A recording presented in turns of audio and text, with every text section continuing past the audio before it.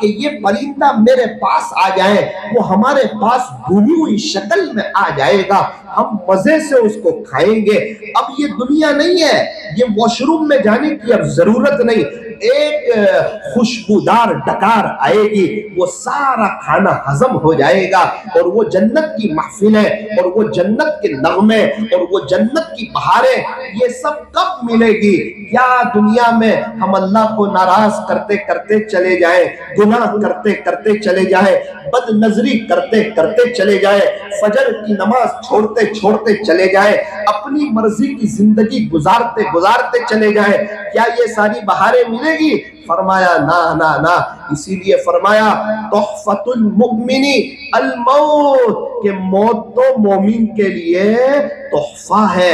ہم تو ڈرتے ہیں نا موت سے گھبراتے ہیں، اور یوں فرمایا جنہوں نے آخرت کی تیاری کی ہو، اپنے اللہ کو راضی کیا ہو، سچی پکی توبہ کی ہو، پیارے نبی کے طریقوں کے مطابق زندگی گزاری ہو، اپنے دل کو، اپنے موبائل کو اور اپنی تنہائی کو پاک صاف رکھا ہو، اور ہر وقت اپنے مولا کی یاد میں زندگی گزاری ہو، اس کے لیے موت تحفہ ہے۔ تحفۃ المؤمن الموت، موت مومن کے لیے تحفہ ہے۔ تحفہ ہی تو ہے، اللہ سے ملاقات ہوگی، پیارے نبی سے ملاقات ہوگی، صحابہ کرام سے ملاقات ہوگی، جنت میں آخرت میں نہ کوئی بیماری ہے، نہ سوگر ہے، نہ پریشر ہے، نہ کوئی ٹینشن ہے، نہ کمانے کی فکر، نہ کوئی چیز کی فکر ہے، ایک دم آرام کی لائف انشاءاللہ۔ ایک ایمان والا جو اللہ کو راضی کر کے دنیا سے جائے گا، جب وہ قبر میں جائے گا نا، اس کی قبر تا حد نگاہ وسیع کر دی جائے گی، اس کی قبر میں جنت کی کھڑکی کھول دی جائے گی۔ ہمیں تو اے سی کی عادت ہو چکی ہے نا، ٹھنڈک کی عادت ہو چکی ہے، خوشبو کی عادت ہو چکی ہے، اگر آخرت کی تیاری کی ہے نا تو یہ قبر جنت کے باغوں میں سے ایک باغ ہے، یا جہنم کے گڑھوں میں سے ایک گڑھا ہے۔ خدا نہ خواستہ اللہ اس کے رسول سمجھ میں نہ آئے، پیارے نبی کے طریقے سمجھ میں نہ آئے، اسلامی لباس اور اسلامی کلچر سمجھ میں نہ آیا، میرے رب کا حکم سمجھ میں نہ آیا، وہ اللہ کی بڑائی اور اللہ کی قدرت اور اللہ کی کبریائی اور اللہ کی عظمت اور اللہ کی وحدانیت اگر یہ سمجھ میں نہ آئی، میرے عزیزوں، اور غیروں کے مطابق اللہ کو ناراض کر کے ہیروں اور کرکٹروں کے دیوانے بن کر کے اپنی اور اپنی اولاد کی زندگی گزاری، میرے عزیزوں، اس پر افسوس کی بات ہے، دنیا بھی برباد ہے، آخرت بھی برباد ہے۔ قرآن کریم میں اللہ صاف اعلان کرتے ہیں، من عمل صالحا فلنفسہ، بھائی جو اچھا عمل کرے گا نا اپنے لیے کرے گا، اللہ پر کوئی احسان نہیں کرے گا، ومن اساء فعلیہا، اور اگر کوئی برا عمل کرے گا نا اس کا وبال اسی پر ہوگا، اللہ کا کوئی نقصان نہیں کرے گا۔ وما ربک بظلام للعبید، تیرا اللہ اپنے بندوں پر ذرہ برابر بھی ظلم نہیں کرتا۔ اللہ کا قرآن کہتا ہے فمن یعمل مثقال ذرۃ خیرا یرہ، جو ذرہ برابر نیکی کرے گا نا وہ بھی دیکھ لے گا، ومن یعمل مثقال ذرۃ شرا یرہ، اور جو ذرہ برابر برائی کرے گا نا وہ بھی دیکھ لے گا۔ قیامت کا دن ہوگا، اللہ کا جلال ہوگا، سارے انبیاء تھراتے ہوں گے، کانپتے ہوں گے۔ حضرت آدم علیہ السلام کو پتا ہے کہ میں جنت میں جانے والا ہوں، اس کے باوجود وہ کہتے ہوں گے یا رب نفسی نفسی، اللہ کا جلال، وہ اللہ کا روح، وہ اللہ کا دبدبہ، حساب کتاب چل رہا ہوگا، کچھ ہی سیکنڈوں میں کچھ لوگ جنت میں جا رہے ہوں گے، کچھ لوگ جہنم میں جا رہے ہوں گے، حساب کتاب اللہ تعالیٰ لے رہے ہوں گے، انسان تھر تھراتا ہوگا، کانپتا ہوگا۔ 950 سال جنہوں نے دعوت کا کام کیا، حضرت نوح علیہ السلام، وہ بھی یہ منظر کو دیکھ کے کہیں گے یا رب نفسی نفسی، اللہ آج میرا کیا ہوگا، میرے رب میرا کیا ہوگا، میرے عزیزوں کبھی سوچا، کبھی اپنی قبر کے بارے میں سوچا، کبھی اپنے بچوں کی قبر کے بارے میں سوچا کہ ایک دن ان کے جنازے اٹھیں گے، یہ اپنی قبروں میں چلے جائیں گے، میں، میری فیملی، میرے بچے، آپ کی فیملی، آپ کے بچے، ہم تو سب مر جانے والے لوگ ہیں، ہم جینے والے نہیں ہیں، 100 سال کے بعد شاید ہم میں سے کوئی نہیں ہوگا۔ ارے ہمارے پردادا چلے گئے، ان کے ابا چلے گئے، مغل کے سارے بادشاہ چلے گئے، تابعین چلے گئے، تبع تابعین چلے گئے، ایک بھی صحابی دنیا میں نہیں جنہوں نے فضائل اعمال لکھی۔ حضرت شیخ وہ چلے گئے، حضرت جی مولانا الیاس صاحب چلے گئے، مولانا یوسف صاحب چلے گئے، مولانا انعام الحسن صاحب چلے گئے، مولانا عمر صاحب پالن پوری رحمت اللہ علیہ چلے گئے، سورت کے بڑے بڑے کتنے نیک لوگ تھے وہ چلے گئے۔ اس لیے فرمایا اے لوگو بار بار قبرستان کے چکر لگاؤ، قبرستان جاؤ تاکہ دنیا کی محبت کا نشہ اترے اور اپنی موت یاد آئے اور اپنی قبر یاد آئے اور اپنی آخرت یاد آئے اور اپنے آپ کو چینج کرنے کا، توبہ کرنے کا، اللہ کی طرف آنے کا دل میں خیال آئے۔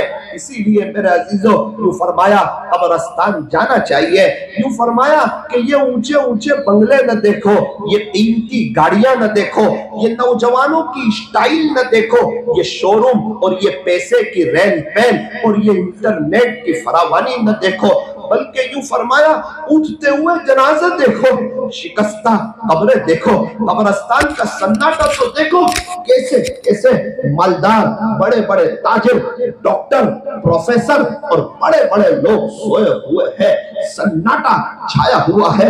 میں قبرستان جاتا ہوں نوساری میں، جب اپنے قبرستان میں جاتا ہوں تو ان بڑے بڑے مالداروں کی قبر پہ کھڑے ہو کر ان کی بے بسی کے بارے میں سوچتا ہوں، آج ان کی اولاد کو انہوں نے دنیا دار بنایا، ان کے پاس وقت نہیں ہے، ان کو آ کے ایثار ثواب کریں، ان کو پڑھ کے آ کے بخشے۔ میں نے ہماری جماعت کے لوگوں کو پوچھا کہ ہماری جماعت میں جو مالدار لوگ ہیں 10% جو بہت زیادہ مالدار ہیں، مجھے یہ تو بتاؤ ان میں سے کتنوں کے بچے حافظ قرآن ہو رہے ہیں، مدرسوں میں پڑھ رہے ہیں؟ ایک ماہر آدمی نے تجزیہ کر کے مجھے بتایا مولانا وہ 10% جو مالدار لوگ ہیں، کروڑوں پتی لوگ ہیں، ان کے پاس وقت نہیں ہے اپنے بچوں کو پڑھانے کے لیے، اپنے بچوں کو دیندار بنانے کے لیے۔ وہ تو اپنے بچوں کو کوئی ڈاکٹر بنا رہا، کوئی انجینئر بنا رہا، کوئی وکیل بنا رہا، کوئی پروفیسر بنا رہا، کوئی مہابلیشور میں پڑھا رہا ہے، کوئی بنگلور میں پڑھا رہا ہے، کوئی پونا میں پڑھا رہا ہے۔ پھر میں نے کہا جو درمیانی طبقے کے لوگ ہیں انہیں دیکھو وہ کتنے اپنے بچوں کو پڑھا رہے ہیں۔ الحمدللہ اکثر گھروں میں کوئی حافظ نظر آتا ہے، کوئی عالم نظر آتا ہے۔ مسجد ہیرا والو یہ ساری بات یہ عاجز آپ کے سامنے اس لیے رکھتا ہے کہ آج موقع ہے آخرت کو بنانے کا، آخرت کی تیاری کرنے کا، اللہ سے دوستی کرنے کا، اللہ سے صلح کرنے کا، اللہ سے یاری لگانے کا۔ یوں فرمایا جن کا بچہ حافظ قرآن ہوگا ان کو قیامت کے دن ان کے والدین کو، اس کے ابا کو اور اس کی امی کو تاج پہنایا جائے گا۔ کتنا خوبصورت ہوگا، کیسا زبردست ہوگا۔ یوں فرمایا کہ وہ سورج سے زیادہ روشن ہوگا۔ اللہ اکبر۔ ان کے ماں باپ نے جنتی لباس زیب تن کیا ہوا ہوگا، جنتی لباس پہنایا ہوگا، اور اس سب کے بیچ میں 2 تاج آئیں گے، ایک باپ کو پہنایا جائے گا، ایک ماں کو پہنایا جائے گا۔ وہ ماں باپ جب جنت کی وہ چیزیں دیکھیں گے، جنت کی وہ نمائش اور جنت کی وہ رونق اور جنت کی وہ بہاریں دیکھیں گے اور جنت کا وہ لباس، اور ان سب کے درمیان جب 2 تاج آئیں گے، ایک ابو کو پہنایا جائے گا، ایک اماں کو پہنایا جائے گا۔ دنیا والے تو یہ منظر دیکھ کر، علاقے والے ملنے جلنے والے جو بھی یہ منظر دیکھیں گے نا وہ دنگ رہ جائیں گے، اوہ یہ ہمارے علاقے میں رہنے والا، اچھا یہ وہی ہے، یہ فلاں تاجر ہے، ہاں اس کا بچہ حافظ تھا اس لیے اس کو تاج پہنایا جائے گا۔ وہ تاج اتنا خوبصورت ہوگا اور یہ ایوارڈ اتنا زبردست ہوگا اور اتنی خوشی کا وقت ہوگا، اللہ پاک خوش ہوں گے۔ ماں باپ خود اس خوشی کو برداشت نہیں کر سکیں گے. اپنے اللہ سے پوچھیں گے اللہ ہم تو ایک گنہگار لوگ ہیں, کس چیز پر ہمیں یہ جنتی لباس ہے اور کس چیز کے بدلے ہمیں یہ تاج پہنایا جا رہا ہے. اس وقت ان کو بتایا جائے گا کہ دنیا میں آپ نے اپنے بچوں کو حافظ قرآن بنایا تھا نا, اس کے عوض حامل قرآن بنایا تھا, اس کے عوض آج آپ کو یہ تاج پہنایا جائے گا. ارے تاج ایسے ہی نہیں ملتا, ماں باپ کی بہت قربانیاں لگتی ہے, کئی شادی آگے پیچھے کرنی پڑتی ہے, ماں کبھی بیمار ہوتی ہے, کبھی تھکی ماندی ہوتی ہے, کبھی رات میں نیند نہیں آتی, لیکن اپنا بچہ حافظ بنتا ہے, تہجد میں اس کی آنکھ کھل جاتی ہے, بیٹے کو جگاتی ہے, اس کو بادام کھلاتی ہے, اس کے لیے روتی ہے, اس کے لیے تڑپتی ہے, کوئی نیک عورت آ جائے اس کے لیے دعاؤں تک کہتی ہے. ہم دیکھتے ہیں نا کہیں جاتے ہیں, لوگ آتے ہیں روتے ہوئے کہتے ہیں مولانا صاحب ہمارے بچے کے لیے دعا کرنا, وہ حافظ قرآن ہو رہا ہے. ایک شخص اپنے بچے کو مدرسے میں پڑھا رہے تھے, میں نے کہا مبارک ہو آپ بڑی اچھی محنت کر رہے ہیں. انہوں نے مجھے کہا مولانا میں تو اپنے تاج کے لیے محنت کر رہا ہوں, تاج ایسے ہی تھوڑی ملے گا, بیٹھے بٹھائے تھوڑی ملے گا, بچوں کو دنیا دار اور دنیا کی ڈگریاں دلاؤ گے, یہ تاج نہیں ملے گا. میں منع نہیں کرتا آپ کو ڈاکٹر بنانے سے, انجینئر بنانے سے, اس کو پروفیسر بنانے سے. مسلمانوں کو اچھے ڈاکٹر کی بھی ضرورت, انجینئر کی بھی ضرورت, وکیل کی بھی ضرورت, پروفیسر کی بھی ضرورت, لیکن وہ ڈاکٹر کس کام کا جو ڈاکٹر بنے سنتوں سے دور چلا جائے, وہ پروفیسر کس کام کا جو پروفیسر بنے اور اس کو نبی کے طریقے سمجھ میں نہ آئے, وہ وکیل کس کام کا جو وکیل تو بنے اور اسے اللہ کا قرآن سمجھ میں نہ آئے. اس لیے فرمایا پہلے اپنے گھر میں ایک دینی ماحول قائم کرو. اور میں سلام کرتا ہوں ان ماں باپ کو جن کے بچے حافظ قرآن ہو گئے, یا جو اپنے بچوں کو حافظ قرآن بنا رہے ہیں, یا وہ ماں باپ جنہوں نے نیت کی ہوئی ہے, ارادے کیے ہوئے ہیں کہ انشاءاللہ ہم اپنے بچوں کو, اپنے پوتوں کو, اپنے نواسوں کو حافظ قرآن بنائیں گے. ایک عجیب بات آپ کو بتاؤں کہ الحمدللہ میں بھی حافظ قرآن ہوں, اللہ کا شکر ہے. میرے 2 بیٹے چھوٹے ہیں, انشاءاللہ ان کو بھی حافظ بنانا ہے, لیکن خدا نہ خواستہ اگر یہ میرے دونوں بچے حافظ قرآن نہیں بنے, یہ میرے دونوں بچے اگر حافظ قرآن نہیں بنے تو بہت اچھی طریقے پر سمجھنا میرے حافظ قرآن ہونے کے باوجود مجھے تاج نہیں پہنائے گا. حالانکہ میں خود حافظ قرآن ہوں, لیکن یہ تاج کی جو آفر ہے یہ حافظ قرآن کے ماں باپ کے لیے ہے, چاہے ان کے ماں باپ جاہل ہو, ان پڑھ ہو, اللہ کے دل چاہے وہ جو بھی ہو, لیکن اگر وہ ایمان کے ساتھ گئے ہیں تو انشاءاللہ جنت میں ان کو تاج ملے گا. اب کون ہے جو چاہتا ہو کہ جنت میں مجھے تاج ملے؟ اس مجمع میں کچھ ایسے لوگ ہیں جو جنت میں تاج پہننا چاہتے ہیں, کون ہے بھائی؟ ارادہ تو کریں کہ انشاءاللہ ہم بھی, میرا بھی ارادہ ہے. بچہ نظم پڑھ رہا تھا, میرا دل بھی رو رہا تھا کہ پتہ نہیں بچے حافظ بنیں گے یا نہیں بنیں گے, ہمارے مقدر میں تاج ہوگا یا نہیں ہوگا. یہ اللہ کا بہت بڑا کرم اور بہت بڑا احسان اور بہت بڑا انعام ہے. اور جو حافظ قرآن جس کی زندگی بھی قرآن کے مطابق ہو, وہ اپنے خاندان میں سے 10 ایسے لوگوں کی سفارش کرے گا جن کا جہنم میں جانے کا فیصلہ ہو چکا ہوگا, ان کی بدعمالیوں کے باوجود ان کے لیے جہنم کا فیصلہ ہو چکا ہوگا. ایسے 10 لوگوں کے لیے وہ حافظ قرآن سفارش کرے گا. اللہ یہ, اللہ جی یہ, اللہ جی یہ, ان کے لیے سفارش کرے گا. تو اللہ تعالیٰ اس کی سفارش کے بدولت وہ 10 لوگوں کو بھی جنت عطا فرمائیں گے. اللہ تبارک و تعالیٰ ہمیں حافظ قرآن کی قدردانی کی توفیق عطا فرمائے. اب کی جو بات ہے وہ ذرا دھیان سے سنیں. بچہ جو حافظ ہوتا ہے نا, ایک طرف بچے کو بھی خوشی ہوتی ہے, دوسری طرف اس کے ماں باپ کو بھی خوشی ہوتی ہے, لیکن ہم ایک شخص کو بھول جاتے ہیں, نظر انداز کر دیتے ہیں, وہ ہوتا ہے اس کا استاذ. آپ یقین مانو, میں نے دیکھا ایک بچہ روزانہ 1 صفحہ سناتا ہے, اگر وہ کسی دن 1.5 صفحہ سناتے نا اس بچے سے زیادہ یہ استاد کا دل خوش. کبھی 2 صفحے سنا دینا، یہ استاد تنخواہ کے کم ہونے کے باوجود کچھ انعام نکال کے اس کو دے دے، اس کا دل بڑا ہوتا ہے. کبھی 2.5 صفحہ سنا دے، یہ استاد بہت پیار دیتے ہیں بچوں کو، سگے باپ سے زیادہ پیار دیتے ہیں. ہم اپنے بچوں کی دنیا کی فکر کرتے ہیں، یہ اساتذہ ہیں کہ ہمارے بچوں کی آخرت کی فکر کرتے ہیں. لیکن افسوس سر افسوس، ماں باپ کا بطور خاص والیوں کا اپنے استاذ کے ساتھ، اپنے بچوں کے استاذ کے ساتھ وہ رویہ نہیں، وہ محبت نہیں. ایک شخص نوساری میں میرے پاس آیا، مجھے کہنے لگے مولانا یہ بچہ ہے نا، اس کے لیے دعا کرنا. میں نے کہا جی ضرور انشاءاللہ دعا کروں گا. تو کیا دعا کرنی ہے؟ انہوں نے بتا دیا کہ اگر آپ دعا کریں گے تو میرا دل بہت خوش ہوگا. میں نے کہا ٹھیک ہے، آپ کے بیٹے اور ہم تو روزانہ ملتے رہتے ہیں الحمدللہ. وہ 3 سال سے میرے پاس پڑھتا ہے. کتنے سال سے؟ انہوں نے کہا مولانا میرا بچہ 3 سال سے آپ کے پاس پڑھتا ہے، میرے لیے خوشی کی بات ہے. وہ یہ بات کر رہا ہے اور اندر سے میرا دل رو رہا ہے کہ 3 سال سے ان کا بچہ میرے پاس پڑھ رہا ہے اور یہ باپ کو یہ بھی پتہ نہیں کہ اس کے استاد کو. وہ خوشی میں کہہ رہے ہیں اور میرا دل رو رہا ہے. ایسی لاپرواہی نہیں ہونی چاہیے. یہ ماں باپ کو تاج ملے گا اور یہ بچے کو اللہ تعالیٰ بڑے اونچے مقام سے نوازیں گے. جب ماں باپ کو تاج ملے گا تو بچوں کو کون سا مقام ملے گا؟ آپ اندازہ لگائے، یہ کوئی اندازہ ہی نہیں کر سکتا کہ ان کے استاذ کو خدا کیا دے گا، کیونکہ سب سے بڑی محنت جو ہے نا وہ استاذ کی ہے. خدا انہیں بہت بڑا اجر دے گا. اللہ تعالیٰ جزائے خیر عطا فرمائے ان کے استاذوں کو.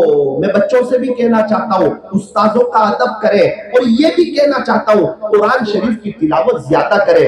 حضرت عثمان غنی رضی اللہ عنہ نے ایک مرتبہ مقام ابراہیم کے پاس کھڑے ہو کر کے 1 رکعت میں پورا قرآن شریف پڑھا لیا تھا. 1 رکعت میں پورا قرآن شریف پڑھا لیا تھا. کتابوں میں لکھا ہے ایک مرتبہ حضرت عثمان غنی رضی اللہ عنہ نے وتر کی 1 رکعت میں پورا قرآن شریف پڑھ لیا تھا. ہمارے اکابرین اور وہ بہت زیادہ قرآن پڑھتے تھے. حضرت ابو بکر بن عیاش رحمت اللہ علیہ جب ان کے انتقال کا وقت آیا، ان کی آخری گھڑیاں آئی، دنیا سے جانے کا وقت آیا، تو ان کی بہن رونے لگی، تڑپنے لگی، افسوس کرنے لگی کہ میرے بھائی اتنے بڑے اللہ والے دنیا سے جا رہے ہیں. آپ نے فرمایا میری بہن تو مت رو، تو افسوس نہ کر. گھر کے کونے کی طرف اشارہ کیا اور کہا کہ تیرے بھائی ابو بکر نے گھر کے اس کونے میں بیٹھ کر 18,000 قرآن ختم کیے ہیں. تیرے بھائی ابو بکر نے گھر کے اس کونے میں بیٹھ کر 18,000 قرآن ختم کیے ہیں. ایک بزرگ کے انتقال کا وقت آیا تو انہوں نے اپنی بیٹی سے کہا بیٹی میں نے یہاں بیٹھ کر کے 24,000 مرتبہ قرآن شریف کو ختم کیا ہے. نوساری میں ایک گھر میں میرا جانا ہوا، اس گھر میں عجیب و غریب رونق. میں نے کہا مولانا آپ کے گھر میں بڑا سکون ملتا ہے. مجھے کہنے لگے ثاقب تجھے سکون کیوں نہ ملے جبکہ اس گھر میں 2,000 سے زیادہ قرآن ختم ہوئے ہیں. 2,000 سے زیادہ اس گھر میں اللہ کا قرآن پڑھا گیا ہے. آپ کی صورت کی ایک عورت، ان کا رمضان میں انتقال ہوا. ان کی بہن نے بتایا کہ یہ تقریباً روزانہ میری بہن ایک قرآن پڑھتی تھی، ایک قرآن پڑھتی تھی. اس کی برکت ہے کہ اللہ تعالیٰ نے میری بہن کو رمضان عطا فرمایا. میرے عزیزو، سورت میں آپ کے تاجر سے 2 ہفتے پہلے میری ملاقات ہوئی. میں نے کہا چچا جان میں نے سنا ہے آپ قرآن بہت پڑھتے ہو. پہلے تو ٹال مٹول کی. جب میں نے کہا کہ مجھے پتا چل گیا ہے، آپ کے بیٹے نے مجھے بتا دیا ہے، تو وہ رونے جیسے ہو گئے اور مجھے کہنے لگے بیٹا آپ میرے گھر تو آئے ہو. میں نے کہا جی میں آپ کے گھر آیا ہوں. تو ایک صوفہ بتایا تھا اور کہا کہ بیٹا اس صوفے پہ بیٹھ کر میں نے 1200 قرآن ختم کیے. اور مجھے فرمایا کہ آپ نے میرے گھر کی وہ باری اور کھڑکی تو دیکھی ہے؟ میں نے کہا جی ہاں دیکھی ہے.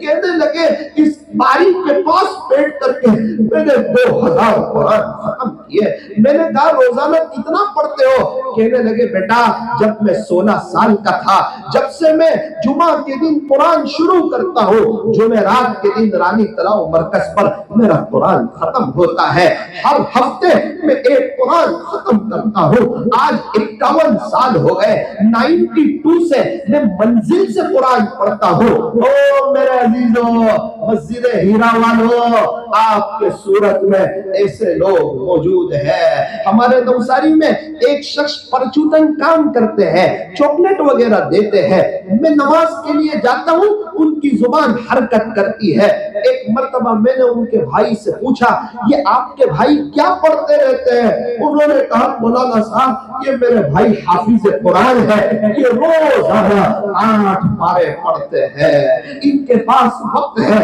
اللہ کے قرآن کے لیے ایک ڈاکٹر صاحب سے ملاقات ہوئی وہ کہنے لگے مولانا 4 سے 5 کوئی کام کاج نہیں کوئی پیشنٹ کو چیک کرنا نہیں کسی سے ملنا نہیں کسی سے کوئی ملاقات نہیں دوپہر میں 4 سے 5 کا وقت اپنے اللہ کو خالق کو مالک کو دے چکا ہوں اور یہ 4 سے 5 میں روزانہ میں 2 پارے اللہ کا قرآن پڑھتا ہوں ایک بزرگ فرماتے ہیں میں ایک دیہات میں گیا حافظ قرآن مجھے ملے سائیکل پر شہر بہت دور تھا نوکری کے لیے جاتے تو مجھے بڑا رحم آیا میں نے کہا حافظ صاحب کہاں جاتے ہو کہا فلاں شہر میں کتنی دیر لگتی ہے کہا صبح جاتا ہوں 1.5 گھنٹہ لگتا ہے شام کو آتا ہوں 1.5 گھنٹہ لگتا ہے آپ کی تنخواہ کتنی ہے تو کہا 5,000 یہ سننا تھا حضرت کا دل ٹوٹ گیا اس دنیا میں کیسے کیسے لوگ ہیں کتنی محنت کرتے ہیں کتنی مشقت کرتے ہیں ایک حافظ قرآن ہے حضرت کا دل ٹوٹا حضرت نے ایک سوال پوچھا حافظ صاحب آتے جاتے کیا کرتے ہو کہنے لگے حضرت میں جاتے ہوئے 5 پارے پڑھتا ہوں اور آتے ہوئے روزانہ 5 پارے پڑھتا ہوں اللہ اکبر کبیرہ جب میں ایسے لوگوں سے ملتا ہوں سورت میں ہمارے یہاں کے ایک مفتی صاحب نے آپ کے سورت میں ایک شخص سے ملاقات کی ایک گاؤں میں پتا چلا وہ 35 سال سے روزانہ ایک قرآن پڑھتے ہیں 35 سال سے روزانہ ایک قرآن پڑھتے ہیں ڈابیل میں بیان کے بعد لوگ ملاقات کر رہے تھے ایک چچا نے ملاقات کی مجھے کہا مولانا میں نے کہا جی کہ یہ وہ ہے جو روزانہ ایک قرآن پڑھتے ہیں ان لوگوں کو دیکھ کر کے دل ٹوٹ جاتا ہے اور کہ کل قیامت کے دن جب حساب کتاب چل رہا ہوگا یہ ہمارے سے آگے ہوں گے اور اللہ نے پوچھ لیا دیکھ تیرے زمانے کا آدمی اتنا قرآن پڑھ کے آیا یہ بتا تو کتنا قرآن پڑھ کے آیا میرے عزیزوں یاد رکھنا سگرام پورا والو مسجد ہیرا والو جس کے پاس اللہ کے لیے وقت نہ ہو اس کے اچھے دن آ نہیں سکتے جس کے پاس اللہ کے لیے وقت ہو اس کے کبھی بھی برے دن آ نہیں سکتے دنیا والے کہتے ہیں پیسہ جمع کرو برے وقت میں کام آئے گا اللہ والے کہتے ہیں اللہ کے لیے وقت نکالو انشاءاللہ آپ کی زندگی میں برا وقت ہی نہیں آئے گا تو تکمیل حفظ کے موقع پر دعائیں قبول ہوتی ہے مانگو اسی سے جو دے خوشی سے اور نہ کہے کسی سے دنیا والوں سے مانگو تو دنیا والے ناراض اور اللہ سے نہ مانگو تو اللہ ناراض وہ رب جو ہے وہ دے کے خوش ہوتا ہے یوں فرمایا اللہ سے مانگنا ٹوٹے رشتے وہ جوڑ دیتا ہے بات رب پہ جو چھوڑ دیتا ہے اس رب کے لطف و کرم کے کیا کیا کہنے لاکھ مانگو تو کروڑ دیتا ہے وہ دینے کے لیے تیار وہ نوازنے کے لیے تیار لینے والوں کی کمی ہے مانگنے والوں کی کمی ہے ہم مانگتے ہوئے اچھے لگتے ہیں اور وہ اللہ ہمیں دیتا ہوا اچھا لگتا ہے آقا نے فرمایا الدعاء سلاح المؤمن کہ دعا تو مومن کا ہتھیار ہے ایک موقع پہ فرمایا الدعاء مخ العبادہ دعا تو عبادت کا مغز ہے ایک موقع پہ فرمایا الدعاء هو العبادہ دعا تو عین عبادت ہے ترمذی شریف کی روایت ہے آقا نے ارشاد فرمایا لیس شیء اکرم علی اللہ من الدعاء اللہ کے نزدیک دعا سے بڑھ کر پسندیدہ کوئی عمل نہیں میرا عزیزو دعا کے 3 پہلو ہوتے ہیں یا تو قبول ہو جاتی ہے یا مصیبت کو ٹال دیتی ہے یا آخرت کے لیے ذخیرہ کر لی جاتی ہے۔ بس ہاتھ پھیلانا سیکھ لو، اللہ سے مانگنا سیکھ لو، سارے مسئلے حل، سارے ٹینشن ختم، سارے پرابلم حل، زندگی گزارنے کا مزہ آ جائے گا۔ ایک بات سنا کر کے اپنی بات کو ختم کرتا ہوں۔ ایک مستورات کا مجھے ایک مرتبہ فون آیا، میں نے پوچھا بھائی کیا ہوا؟ تو وہ سمجھی کہ میں کوئی عامل ہوں، حالانکہ میں کوئی عامل نہیں، تعویذ کا کام میں جانتا نہیں۔ تو اس نے مجھے کہا مولانا اصل میں ایک پرابلم ہے، آپ مجھے کوئی تعویذ بنا دیں۔ میں نے کہا کہ بھائی میں تو تعویذ کا کام جانتا نہیں ہوں، کہا کوئی عامل کا نمبر دے دو۔ میں نے بولا کہ جب میں تعویذ کا کام جانتا نہیں تو میں کسی عامل کا نمبر بھی آپ کو دیتا نہیں۔ تو مجھے کہنے لگی مولانا کوئی حل تو بتا دو، بڑی امید سے آپ کو فون کیا ہے، میں پریشان حال عورت ہوں۔ میں نے کہا ایک حل ہے، میرے پاس عاملوں کے رب کا نمبر ہے، عاملوں کے رب کا۔ کہنے لگی آپ کے پاس اللہ کا نمبر ہے؟ میں نے کہا ہاں، تو میرا کام ہو جائے گا؟ میں نے کہا 125% نہ ہو تو تو مجھے آ کر کے کہنا، تیرا کام ہو جائے گا۔ کہنے لگی جلدی بتاؤ جلدی بتاؤ، پھر میں اپنے کام اللہ ہی سے کروا لیا کروں گی۔ میں نے کہا میری بہن لیکن وہ کام تھوڑا سا آپ کے لیے مشکل ہوگا۔ کہنے لگی مولانا صاحب کیسی بات کرتے ہو، جو پریشان حال عورت ہو نا اس کو پتا ہوتا ہے پریشانی کس کو کہتے ہیں، اور جو پریشان ہو نا وہ کچھ بھی کر گزرتا ہے۔ آپ بتاؤ تو صحیح مجھے کیا کرنا ہوگا؟ میں نے کہا رات کے آخری پہر میں اللہ پہلے آسمان پر آتے ہیں اور ایک فرشتے سے اعلان کرواتے، اللہ خود اعلان کرواتے، جو سارے خزانوں کا مالک ہے نا وہ خود اعلان کرواتا ہے کوئی سوال کرنے والا ہے، کوئی پریشان حال ہے، کسی کو کچھ تکلیف ہے یا قرضے میں ہے یا بڑا گھر چاہیے یا حج عمرے میں جانا چاہتے ہیں یا کوئی اثرات ہے یا کوئی تکلیف ہے یا بچوں کے یا بچیاں پریشان ہیں یا ساس بہو کی بنتی نہیں ہے، ارے ہے کوئی سوال کرنے والا جس کو عطا کیا جائے؟ اللہ خود اعلان کرواتے ہیں۔ میں نے کہا کہ میری بہن آپ جو ہے نا رات 4:30 بجے اٹھ جاؤ، آدھا گھنٹہ اپنے اللہ کو دے دو، وضو کرو، 2 رکعت تہجد کی نماز پڑھو، جو باتیں آپ نے میرے سامنے رکھی ہے یہ ساری اللہ کے سامنے رکھ دو، دیکھنا آپ کے سب مسئلے حل ہو جائیں گے، آپ کا دل مطمئن ہو جائے گا۔ 2 دن کے بعد مجھے فون آتا ہے، مولانا صاحب اللہ تعالیٰ آپ کو جزائے خیر عطا فرمائے، آپ نے مجھے ایڈریس بتایا، میں یقین کے ساتھ آپ کو کہتی ہوں جب پہلے دن میں نے اپنی ساری باتیں اللہ کے سامنے رکھ دی نا فوراً میرے کام ہوئے تو نہیں، لیکن خدا نے سب سے پہلے میرے دل کو ہلکا کر دیا، میرے دل کے بوجھ کو ہلکا کر دیا۔ دوسرا دن ہے میرے کام بننے لگے اور میں نے اور بھی بہت سی عرضی رکھ دی ہے اللہ کے سامنے۔ میں نے کہا بہن کچھ میرے لیے بھی عرضی رکھ دینا۔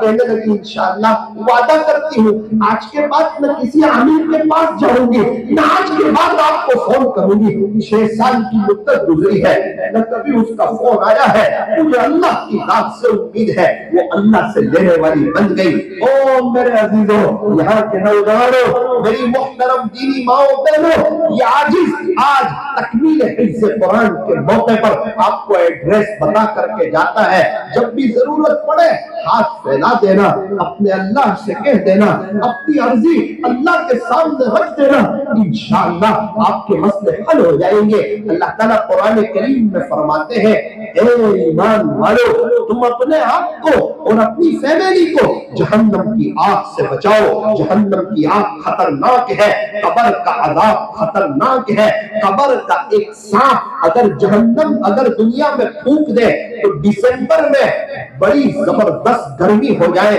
اور انسان اس کو برداشت نہ کر سکے، ایسا قبر کا عذاب، ایسا جہنم کا عذاب قبر میں سب سے ہلکا عذاب ہوگا۔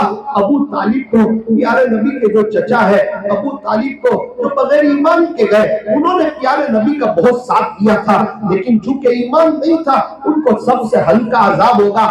کیا عذاب ہوگا فرمایا جہنمیوں کے جوتے پہنائے جائیں گے جن سے ان کی کھوپڑی جو ہے نا وہ گرمی کی وجہ سے کھول رہی ہوگی، جیسے پانی جب بہت گرم ہو جاتا ہے تو وہ ایک دم کھولتا اور کڑاتا گرم ہو جاتا ہے۔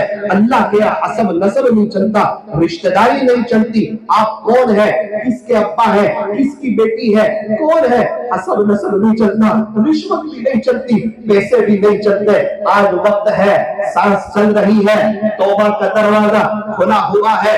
جب تک سانس چل رہی ہے توبہ کا دروازہ کھلا ہوا ہے۔ خدا کے دربار میں کوئی بھی آئے گا ویلکم پائے گا، مرحبا پائے گا، اہلا و سہلا پائے گا۔ اپنے اللہ کو، اپنے خالق کو، اپنے مالک کو، اپنے پالنہار کو استقبال کرتا ہوا پائے گا۔ میرا اللہ قرآن میں گھرا کرتا ہے، یا ایھا الانسان، اے انسان، ما غرک بربک الکریم، تجھے تیرے رب سے کس چیز نے دھوکے میں ڈال دیا؟ کون سمجھ میں آیا اللہ اس کے رسول کے علاوہ؟ تو سمجھدار ہے، میرے نبی کے طریقوں میں 100% کامیابی ہے، غیروں کے طریقوں میں 100% ناکامی ہے۔ اے سمجھدار، اے تاجر، اے نوجوان، اے عقلمند، تو کہاں ناکامی کی طرف چل رہا ہے؟ یاد رکھ، غیروں کے طریقوں پر کامیابی نہیں ملے گی۔ تو گھر میں پریشان، باہر پریشان، 2 کام بنانے جائے گا 4 کام بگڑ جائیں گے، 4 کام بنانے جائے گا 8 کام بگڑ جائیں گے۔ اس لیے ضرورت ہے ہم توبہ کریں، آج کی مجلس میں توبہ کریں۔ کیا پتا کون سی رات آخری رات ہوگی، کون سا دن آخری دن ہوگا، اور نیت کریں کہ انشاءاللہ ہم اللہ کو راضی کر کے زندگی گزاریں گے۔ آخر میں پھر میں اس مدرسے کے لیے بھی دعا کرتا ہوں، اللہ اس مدرسے کو دن دگنی رات چگنی ترقیات سے مالا مال فرمائے، اور ان بچوں کو اللہ تعالیٰ ان کے سینے میں تادم حیات اللہ کا قرآن باقی رہے۔ اور میں ان کے والدین کو مبارکبادی دیتا ہوں، اور ان سے درخواست بھی کرتا ہوں کہ آپ اگر ہو سکے اپنے بچوں کو اللہ موقع دے عالم بنا دینا، قاری بنا دینا۔ کل کو اٹھ کے کئی قرآن کی تفسیر کر رہے ہوں گے نا، آپ کا دل بڑا ہو جائے گا۔ لوگ دنیا میں 50 سال لگا دیتے ہیں، 60 سال اپنے کاروبار میں لگا دیتے ہیں۔ یہ 5-6 سال میں آپ کے بچے حافظ ہو جائیں گے، 1-8 سال میں آپ کے بچے قاری ہو جائیں گے۔ کل کو آپ کا دل خوش ہوگا جب جمعہ میں کہیں بیان کر رہے ہوں گے اور آپ سن رہے ہوں گے، لوگ توبہ کر رہے ہوں گے، آپ کا دل بڑا ہوگا۔ اس لیے میں والدین سے بھی کہنا چاہتا ہوں کہ اپنے بچوں کو عالم بھی بنائے، قاری بھی بنائے، اور میں مستورات سے بھی کہنا چاہتا ہوں، اور یہ مدرسے کے ذمہ داروں سے کہنا چاہتا ہوں، اللہ کرے دوبارہ ایسے جلسے میں میری یہاں پر شرکت ہو کہ یہ خوشخبری ملے کہ مسجد ہیرا میں جو لڑکیوں کا بھی مدرسہ چلتا ہے نا، اس میں بہت سی لڑکیاں حافظہ ہو گئی۔ اللہ کرے مجھے ایسی خوشخبری ملے۔ آپ کے صورت میں ایک لڑکی حافظہ ہوئی 12 سال کی عمر میں۔ کتنے سال کی عمر میں؟ 12 سال کی عمر میں۔ اس کی نانی کے دل میں خیال پیدا ہوا کہ جب میری نواسی حافظہ ہوئی تو میں بھی تو ہو سکتی ہوں۔ 49 سال کی عمر میں، 49 سال 49 ایئرز کی عمر میں اس کی نانی نے قرآن پاک یاد کرنا شروع کیا۔ 52 سال کی عمر میں 3 سال میں اس کی نانی بھی حافظہ ہو گئی۔ مسجد علی کے پاس حضرت مفتی احمد خان پوری صاحب نے ان کی تکمیل حفظ کی دعا کروائی۔ ان کی اماں کے دل میں خیال آیا کہ میری تو بیٹی بھی حافظہ اور میری تو ماں بھی حافظہ، تو میں بھی تو حافظہ بن سکتی ہوں۔ ان کی ماں نے حفظ شروع کیا، الحمدللہ آپ کے صورت میں ان کی امی بھی حافظہ ہو گئی، اور لاک ڈاؤن میں نے ان کی دعوت بھی کھا لی۔ اللہ اکبر کبیرہ۔ یہ قرآن کے سامنے کوئی بڑا نہیں ہو سکتا۔ یہ مکتب، یہ مدرسہ صرف بچوں کے لیے نہیں ہے، ہم بڑوں کے لیے بھی ہے۔ ایک بات آپ کو میں بتا دوں، حضرت مولانا حسین احمد مدنی رحمت اللہ علیہ حافظ کہاں ہوئے؟ مالٹا کی جیل میں۔ حضرت مولانا شبیر احمد عثمانی رحمت اللہ علیہ بڑی عمر میں حافظ ہوئے۔ دارالعلوم دیوبند کے بانی دارالعلوم دیوبند حضرت مولانا قاسم صاحب نانوتوی رحمت اللہ علیہ، یہ کہاں حافظ ہوئے؟ سمندر کے راستے سے حج میں جا رہے ہیں، اور پورے جہاز میں قرآن تراویح پڑھانے والا کوئی نہیں۔ انہوں نے دن میں ایک پارہ یاد کرتے، رات میں تراویح پڑھاتے، دن میں ایک پارہ یاد کرتے، رات میں تراویح پڑھاتے۔ پورے رمضان میں 1 مہینے میں وہ حافظ قرآن ہوئے اور تراویح میں پورا قرآن سنایا۔ ہمارے یہاں بڑی عمر کے لوگ بھی حافظ ہو رہے ہیں۔ اس لیے میں آپ لوگوں سے درخواست کرتا ہوں، اللہ تعالیٰ آپ کو اگر موقع دے، کوئی بات دل میں آئے تو اس بات کی کوشش کریں کہ انشاءاللہ ہم اپنے بچوں کو حافظ قرآن بنائیں گے، اپنے پوتوں اپنے نواسوں کو حافظ قرآن بنائیں گے، اور اللہ نے موقع دیا تو انشاءاللہ قرآن سے ہم بھی دوستی کر لیں گے۔ قرآن کو اپنا دوست بناؤ، قرآن سے دوستی کرو۔ یوں فرمایا کہ یہ سچا دوست ہے، دنیا میں، قبر میں، حشر میں، پل صراط میں، آخرت میں، ہر جگہ یہ ہمیں دوست کام آئے گا، یہاں تک کہ قرآن ایسا سچا دوست ہے جو انشاءاللہ ہمیں جنت تک کے پہنچا کر کے رہے گا۔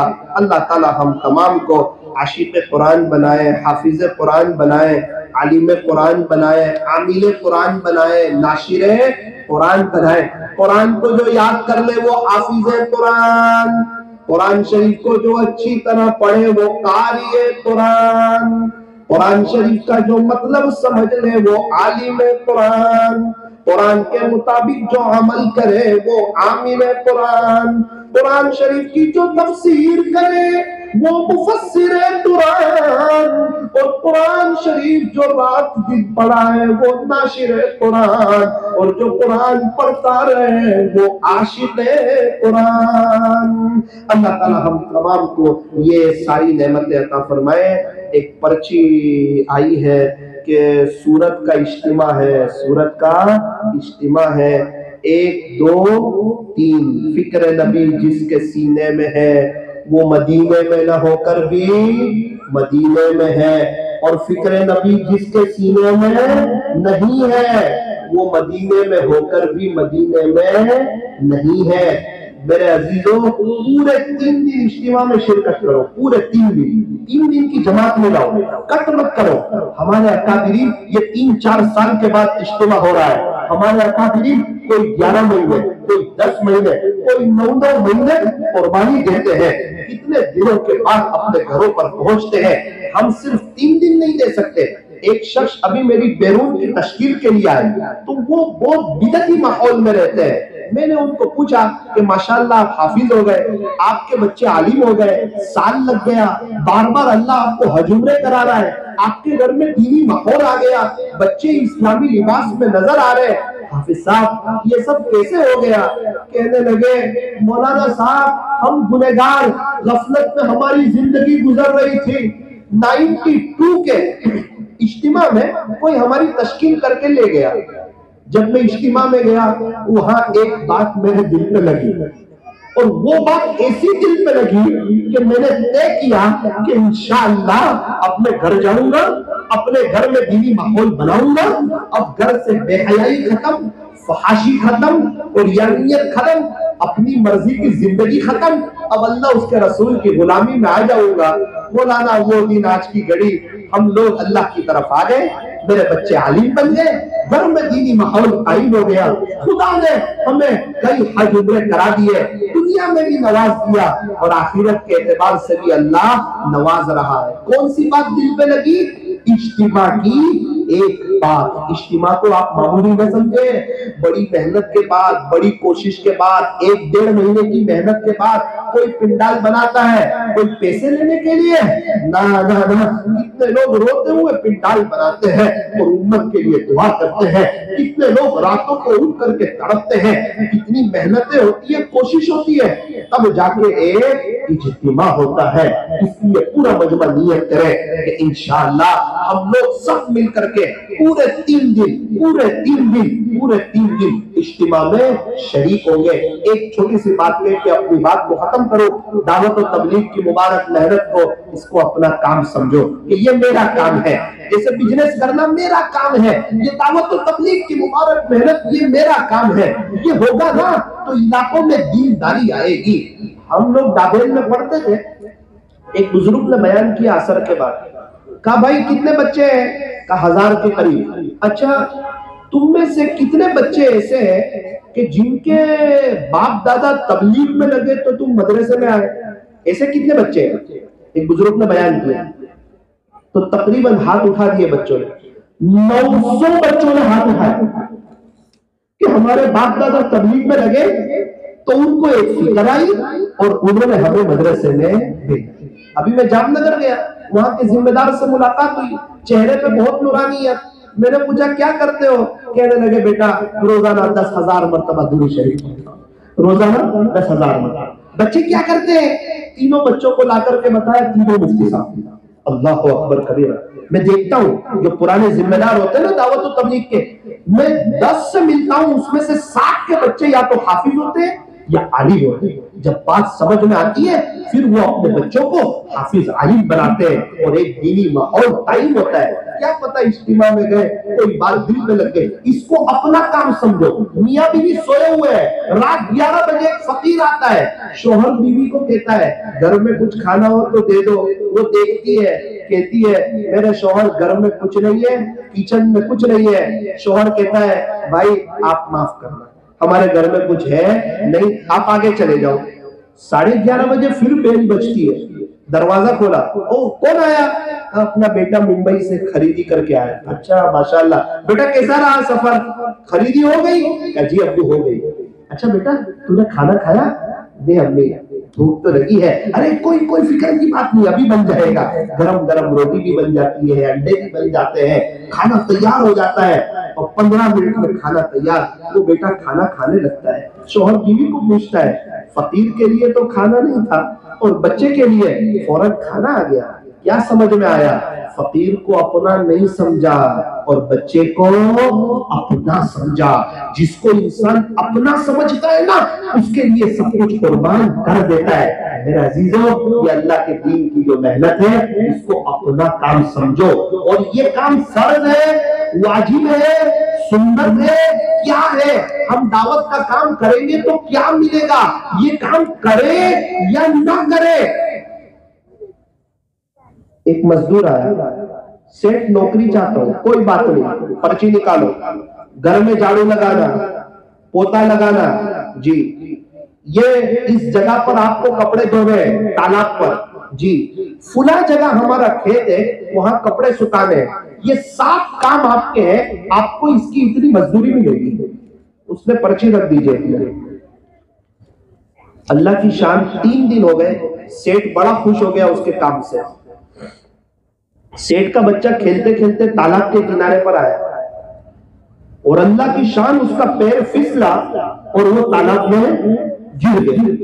جیسے ہی گرا نا تو اس نے آواز دی, ارے مجھے بچاؤ, مجھے بچاؤ, ارے مجھے بچاؤ. تو یہ مزدور, اس کو تیرتے آتا تھا, بچا سکتا تھا. اس نے کیا کیا؟ پرچی نکالی اور دیکھا کہ یہ 7 کام میں بچے کو بچانا نہیں. اس نے کہا یہ تو اپنا کام نہیں ہے. اللہ کی شان, وہ بیچارہ بچہ ڈوب گیا. سیٹ تلاش کرتے کرتے آیا 2 گھنٹے بعد, کہا میرا بچہ؟ کہا وہ تو یہاں ڈوب گیا. کہا آپ نے بچایا نہیں؟ کہا وہ میں نے پرچی نکالی نا تو اس میں تو لکھا تھا نہیں, اس لیے میں نے اس کو بچایا نہیں. اللہ سیٹ اتنا ناراض ہوا, اتنا رویا, فوراً اس کو کام پر سے نکال دیا. کہ کچھ کام ایسے ہوتے ہیں جس کے لیے پوچھنا نہیں پڑتا. آج امت جو ہے نا وہ جہنم کی طرف جا رہی ہے. کئی ہماری لڑکیاں گھروں کے ساتھ جا رہی ہے. آج تو ضرورت ہے ہم جائیں ایک ایک کے پاس, ہم نے سماجت کریں, روئیں, تڑپیں. بقول علامہ شبلی نعمانی رحمت اللہ علیہ کے ہمارے نبی ابو جہل کے پاس دین کی دعوت کو لے کر 3000 مرتبہ تشریف لے گئے. 3000 مرتبہ تشریف لے گئے. سارے مسائل کا آسان حل, بستر اٹھا اور اللہ کے راستے میں چل. الحمدللہ ہم راجستھان میں ابھی چلا لگا کر آئے. اللہ کا کرم ہے, اللہ کا فضل ہے. 2 مستورات پردہ کرتی تھی, 2 مستورات. ابھی الحمدللہ 1500 مستورات پردہ کر رہی ہے. کتنی عورتیں پردہ کر رہی ہیں؟ 1500. تو کیا ایسے ہی کر رہی ہے؟ نا, سب لوگ گئے, رات کو تہجد میں اٹھتے تھے, ساری جماعت کے لوگ روتے تھے, محنت کرتے تھے, مستورات میں باتیں ہوئی, ان کی مستورات کو سمجھایا, تب جا کے 1500 عورتوں نے پردہ کیا. الحمدللہ ان کے یہاں دینی ماحول قائم ہو گیا. فجر کی نماز میں 2 صف ہوتی تھی, 13-14 صفیں ہونے لگی. مستورات آ گئی اللہ کی طرف. اس لیے میرا عزیزو, ہم جائیں گے, محنت کریں گے, اپنا جان, اپنا مال اور اپنا وقت اور اپنی صلاحیت کو لے کر کے کے جائیں گے انشاءاللہ بڑا فائدہ ہوگا۔ لیکن میں دعوت کے ساتھیوں سے کہنا چاہتا ہوں دعوت کا کام ضرور کریں، لیکن کسی اللہ والے سے بیعت ہو کر کے ان کے معمولات کو پورا کر کے دعوت کا کام کریں تاکہ اللہ تعالیٰ ہمارے بولنے میں جان پیدا فرمائے۔ تو نیت کرو انشاءاللہ پوری زندگی دین کی محنت کریں گے انشاءاللہ، اور اسی مجلس میں ہم لوگ سچی پکی توبہ کر کے اپنی زندگیوں کو پلٹ دیں گے انشاءاللہ۔ سمجھ گئی؟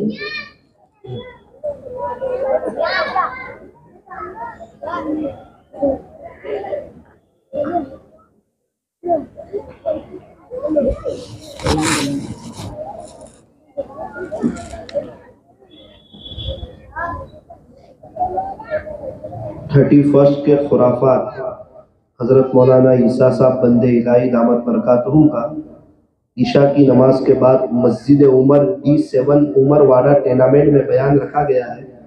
آپ تمام حضرات سے گزارش ہے کہ وقت نکال کر پہنچنے کی کوشش کریں، دعا کریں۔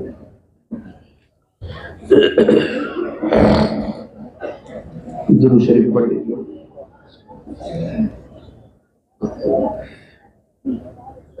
الحمدللہ رب العالمین، صلی اللہ علی حبیبی محمد وآلہ وسلم، لا الہ الا انت سبحانک انا کنا من الظالمین۔ پیارے اللہ رحیم مولا کریم آقا، اللہ جی ہم بہت بڑے گنہگار ہیں، خطاکار ہیں، سیاہکار ہیں، مجرم ہیں، پاکی ہیں، دن کے اجالے میں، رات کے اندھیرے میں، جلوت میں، خلوت میں، تنہائیوں میں بہت گناہ کیے ہوئے ہیں، آپ کو بہت ناراض کیا ہوا ہے۔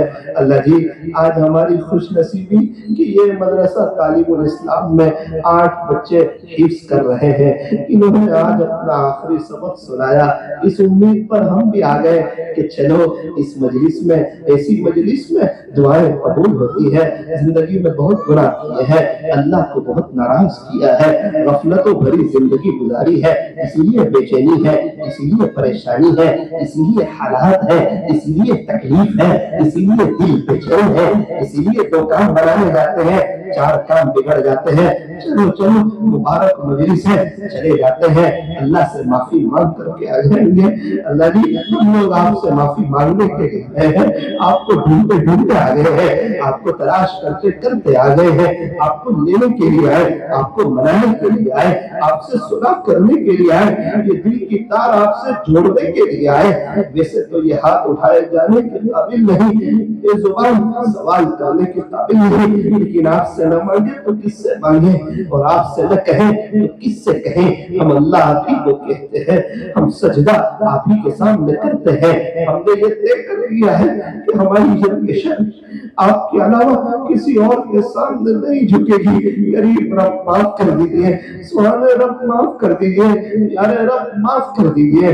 پیارے نبی کے طائف کے سفر کا واسطہ، پیارے نبی نے اپنے پیٹ پہ جو 2 پتھر باندھے تھے، آقا کی ان بھوک والی قربانیوں کا واسطہ، کہیں کہیں جان گزر جاتے تھے، آپ کے گھر میں چولہا تک نہیں جلتا تھا۔ اللہ آقا کے گھرانے کی ان قربانیوں کا واسطہ، اللہ یہ بچوں نے جو رات دن قرآن پڑھا، آپ کو یاد کیا، رات دن ہم نے موبائل پڑھا، انہوں نے آپ کا قرآن پڑھا، مقدر اپنا نصیب اپنا، ہم موبائل دیکھتے دیکھتے آپ کی رحمت سے بہت دور ہو گئے، اور یہ بچے قرآن پڑھتے پڑھتے آپ کی رحمت کے بہت قریب ہو گئے۔ آج ان بچوں کے لیے عید کا دن ہے، ان کے لیے خوشی کا دن ہے۔ کچھ راتیں ایسی ہوتی ہیں جو بھلائی نہیں جاتی، ایک جب بچہ حافظ بنتا ہے، ایک جب بچہ عالم بنتا ہے، ایک شادی کی پہلی رات اور ایک قبر کی پہلی رات، یہ بھی بھلائی نہیں جاتی۔ اللہ ہمیں سمجھائیے، جانا ہے، یہ دنیا فانی ہے، یہاں سے ہمارے پردادا مغل کے بادشاہ خالی ہاتھ گئے، ہم بھی چلے جائیں گے۔ اللہ جی ہم جیتے تو ایسے ہیں جیسے ہمیں مرنا ہی نہ ہو، اور مر ایسے جاتے ہیں جیسے کبھی جیے ہی نہ ہو۔ کفن میں سویا ہوا انسان کیسا لگتا ہے؟ اللہ وحشت لگتی ہے۔ وہ کیا وقت ہوگا جب ہماری روح قبض کی جائے گی، ہمیں غسل دیا جائے گا، کفن کے اوپر ہمیں